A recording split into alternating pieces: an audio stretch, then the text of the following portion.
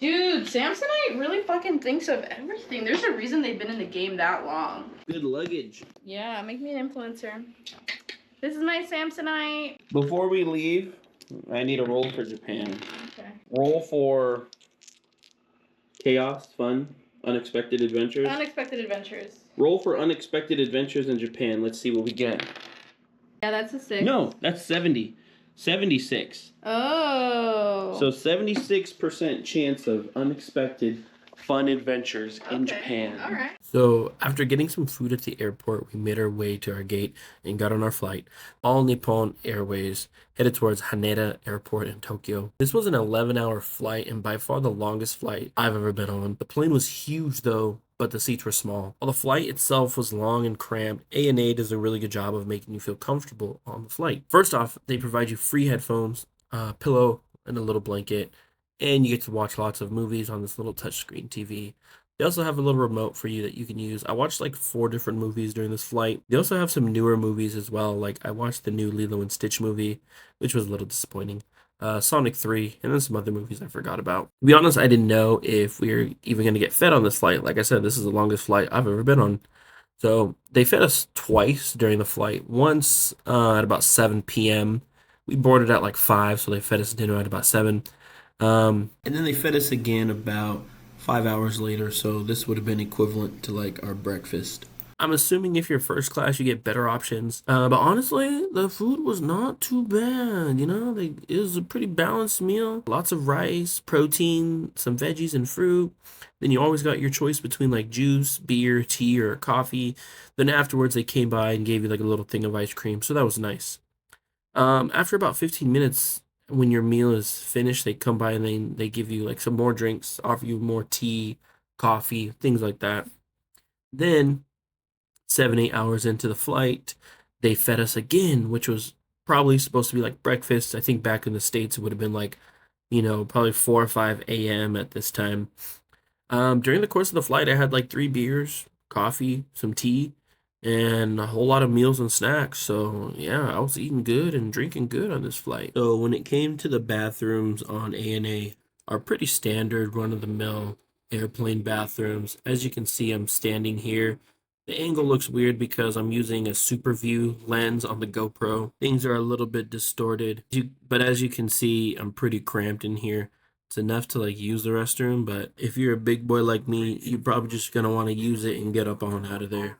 Although I will say, I was trying to use the bathroom every couple hours just so I could get up and stretch my legs. That was quite an excursion. Plane ride kind of took a lot out of me. The total trip was about 11 hours. That was my first time flying ANA. And I gotta say, honestly, I don't really travel like that, but that was probably the best plane ride I've been on as far as like service. The service is really good. They're like on it when it comes to service. Like you press your button, they're there. They're always smiling, very friendly. Most of them speak English too, so I mean, you never have any trouble like communicating with anyone. I mean, they were on it. I had a good time. The bathroom situation in ANA is so they had 4 bathrooms on the plane. All of them had bidets except for one of the bathrooms. The bathrooms are pretty small. As a plus size person, and for reference, about 5'11". I'm like right under 6 foot, about 280. Even in my seat, the seat, I was pretty cramped. If I was next to someone else, I would have been really uncomfortable, but I was next to Lisa, so she sat in the middle because she's, smaller than me, so she wasn't like spilling all up on the next person's seat. She could, lean on me, and I was spilling up on the wall. Flight itself, as far as just like comfortability, it was not very comfortable. As a plus size person, I would recommend, if I were to do this again, if you are a plus size person and you have the luxury of being able to like afford like premium class or first class, I would say do it, because you get a lot more space, a lot more leg room, and you have your own little section to yourself. So that would have been nice. That would have made the trip a lot more smooth and enjoyable. But again, like I couldn't really afford to do that. I think that's like an extra, no joke, like $400 or $500. And not everyone can afford that, and I wish we all could. And we all deserve that, but we can't. Overall, again, it was not very comfortable, but the service was great. And I think they understand that it's a long flight. It's an 11-hour flight from LA to Tokyo. They really packed us in there like sardines too. You could probably tell like in the video as I'm eating my meal, my arm is like kind of like scrunched up. I'm like using my chopsticks like this, I'm like, ugh.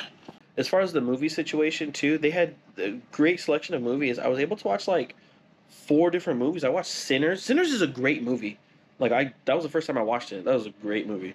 Would I do it again? Yes, I would. But if I have the luxury, I would definitely do like premium or first class for, just that extra space. So we're in the hotel now. It's late. My stomach is growling. There's a 7-Eleven downstairs. What time is it actually right now? Back home, it's 7:30 a.m. Right now, our time, Tokyo, it's 11:30 p.m. It took us like an hour and a half to get to our hotel. We're here now. I'm hungry. So let me go get some 7-Eleven snacks and food. And yeah, I'll go from there. I don't know. I might go out tonight. I might. I'm excited. I'm in Japan. We're in Japan.